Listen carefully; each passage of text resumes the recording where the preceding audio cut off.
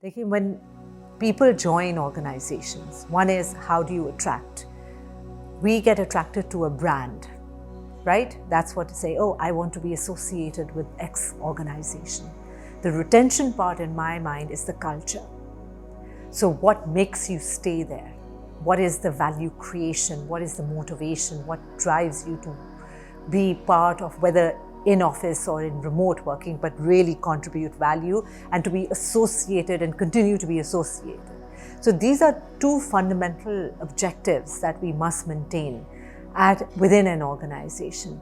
And of course, the overarching umbrella is good governance, to make sure that there is a line in sight, what is the vision, what is the 2030 plan, for example, and what are the priorities of that organization.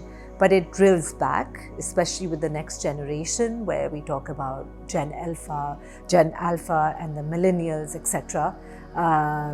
Right now, organizations have at least 5 generations as have been compartmentalized. And each of these generations, from baby boomers to Gen Alpha, have a different way of looking at work.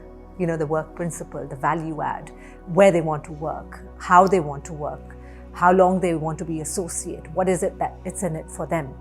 And organizations must recognize that. You can't have a cookie cutter model anymore to retain and motivate.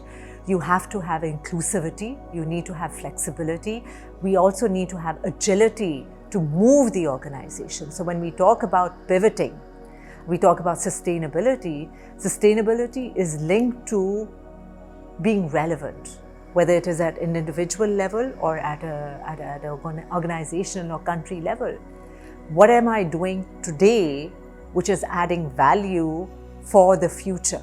And of course today, but for the future.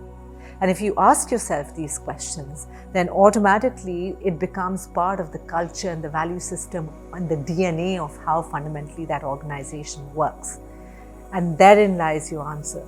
So if the next generation wants remote working, wants more flexibility in terms of contracting, give it to them if they are going to be adding value.